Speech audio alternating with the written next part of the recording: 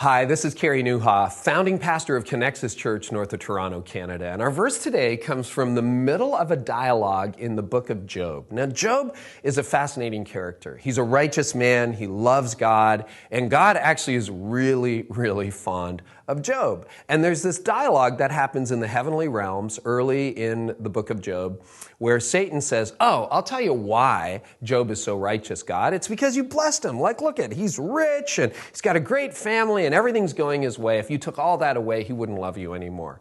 And all of a sudden, God gives Satan permission to undo Job's life, and he loses his entire family. He loses his wealth. He loses all of his prosperity.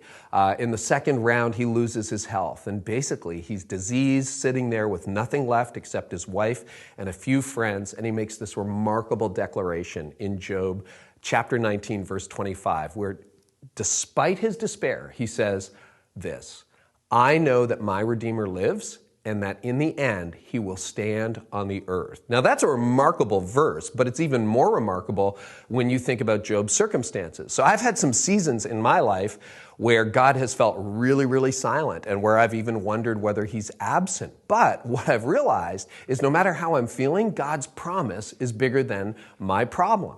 And I don't know what you're facing today. Maybe you feel like Job. Or for me, honestly, sometimes I don't need to have a fraction of what's wrong with Job wrong with me to get discouraged. But whether you're struggling with maybe the death of someone you love, or illness yourself, or anxiety, or depression, or financial struggles, here's the promise that Job gives us today, that God's promise is still so much bigger than your problem. Because I know that my Redeemer lives, and that in the end, he will stand upon the earth.